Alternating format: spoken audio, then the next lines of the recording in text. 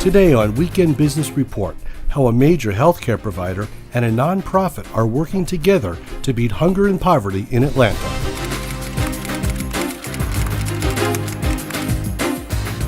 Welcome to Weekend Business Report. I'm Ileana Bravo.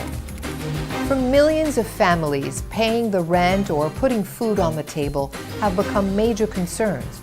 We're talking about America's working poor, who work hard and still struggle to survive.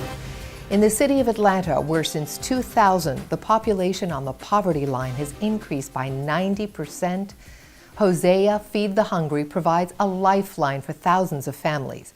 It's an organization rooted in the civil rights movement.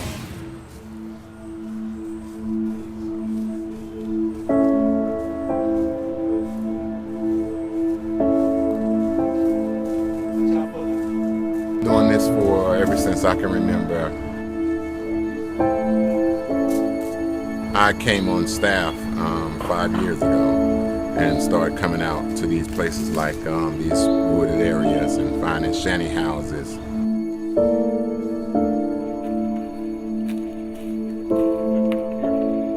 Amazing not to see but one or two people out here now. We know a couple of people that used to live here that passed away.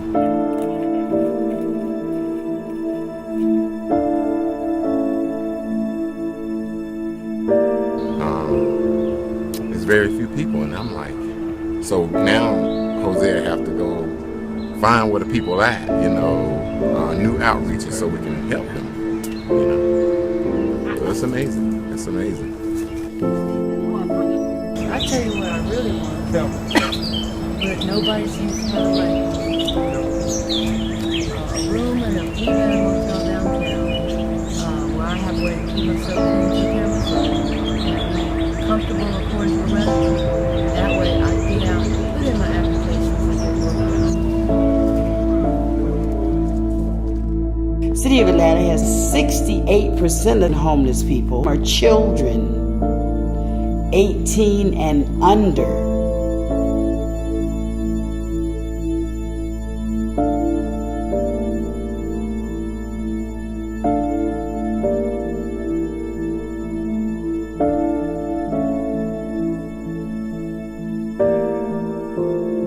Not everybody that comes to eat at Hosea Feed the Hungry is homeless. There are people who really just can't afford a turkey dinner or a ham sandwich, and people who have jobs, but jobs at below the minimum wage and with expenses that are running through the roof, and that they're just not able to make ends meet. A vast majority of our constituents are really the working poor, people working and living one paycheck to paycheck. And if they get sick or lose a job or have an illness in their family, taking care of a mother or a father, and they miss work, they don't get paid. And suddenly they're homeless because they missed a rent payment. When we moved here, I was working for a major corporation and was able to transfer my job. So we were doing okay when we first got here. Everything was fine. Then, seems like the wheels fell off. The economy changed. Things changed. Our life changed. And at that point, we started struggling. With the economy being what it is, and I hate to think that it's an age factor, but it's hard for me now to find work. And I've been looking, but it's just difficult. Well, my sister was sick first.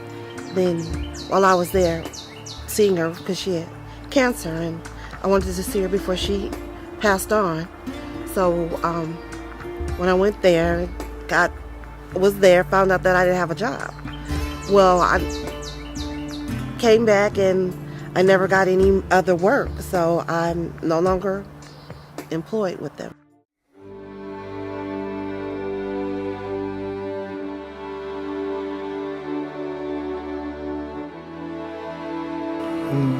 Once we got there at the facility, I thought it was just going to be a box of groceries and be on your way.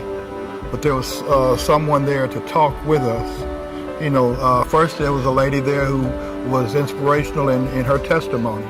who was a volunteer, who told us about her situation. And it gave me hope.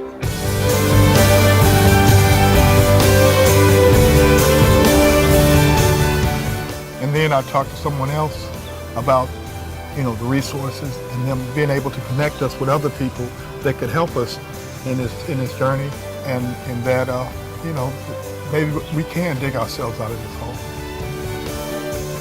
He has a disability, and what he didn't realize is the resources that actually sit there for him. And a lot of times that's what happened with our clients.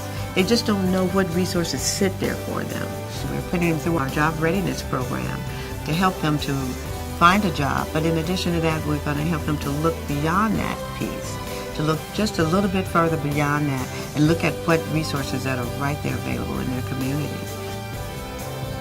Hosea Williams' Feed the Hungry was started after Martin Luther King was murdered. When that happened, my father started looking for a place. Well, what's going to be my place?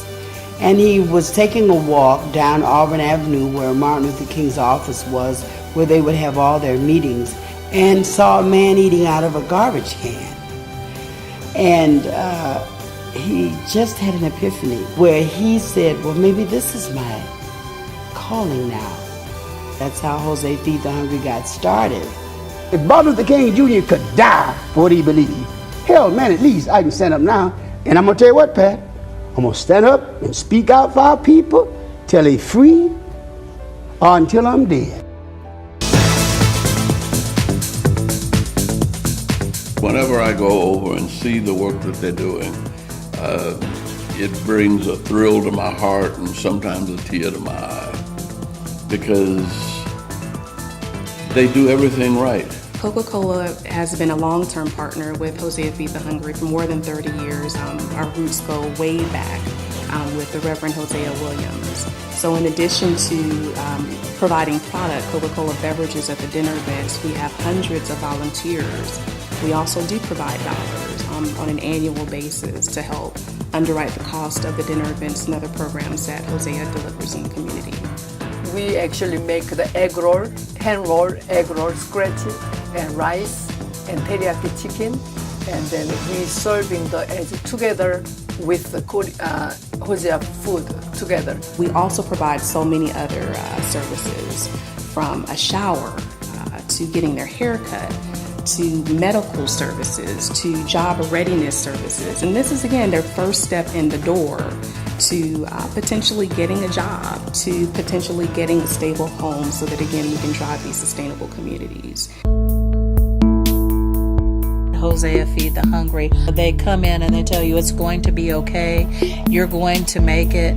We're going to help support you in any way that we can. And then when they say that they're going to do that, they follow through with it. And that is really important for people who have been in my situations, who haven't had a lot of people to follow through with them, for someone to follow through.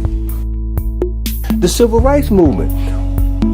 We had the sense to say we need that in this country to be the best country. But we didn't take it the next step further, empower people financially, economically. So they let the movement down because they didn't take it to the next level. And that's what it's supposed to be. That's what Dr. King cried out for. Let's go to that next level. So we still haven't fulfilled the dream that men like Dr. King gave their lives for.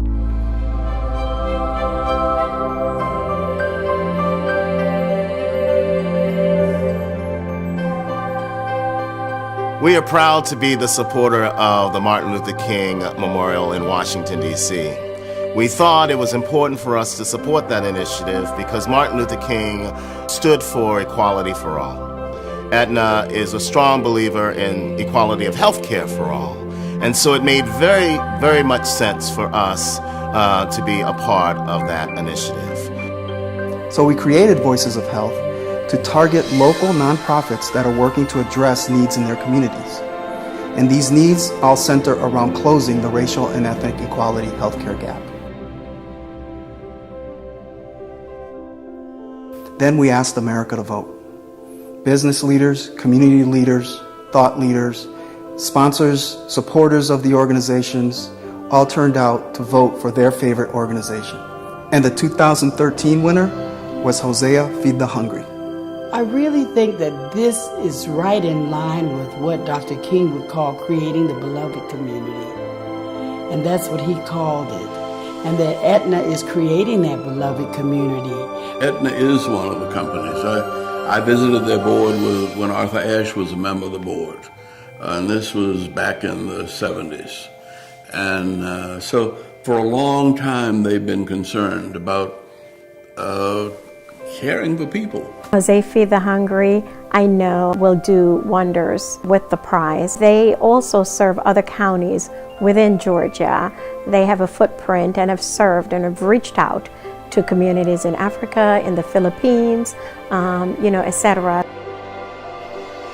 And then to have a company like that, a national company, recognize little old us down here in Atlanta, Georgia, was, it kept us going. Because sometimes you just want to say, I give up. But you can't. When you see the faces on those children and those mothers, and I had a little 2-week baby in my arms 2 days ago named Jeremiah, whose mother lives in one of the shelters that they're closing here in Atlanta. The Aetna program will allow us to say to her, Lakeisha, her name's Lakeisha, you don't have to worry about where you're going, honey. You just come over to Jose Feed the Hungry. We're going to find something for you and your 2-week-old baby. So it was like a great, great award. But it was a deep, deep encouragement that says, keep going, Jose Feed the Hungry, just keep going. You're doing the right thing. Without that, I just, everything seemed dark. Everything was dark. But today I see light. And with that light, there's hope. There's hope. Hope is everything.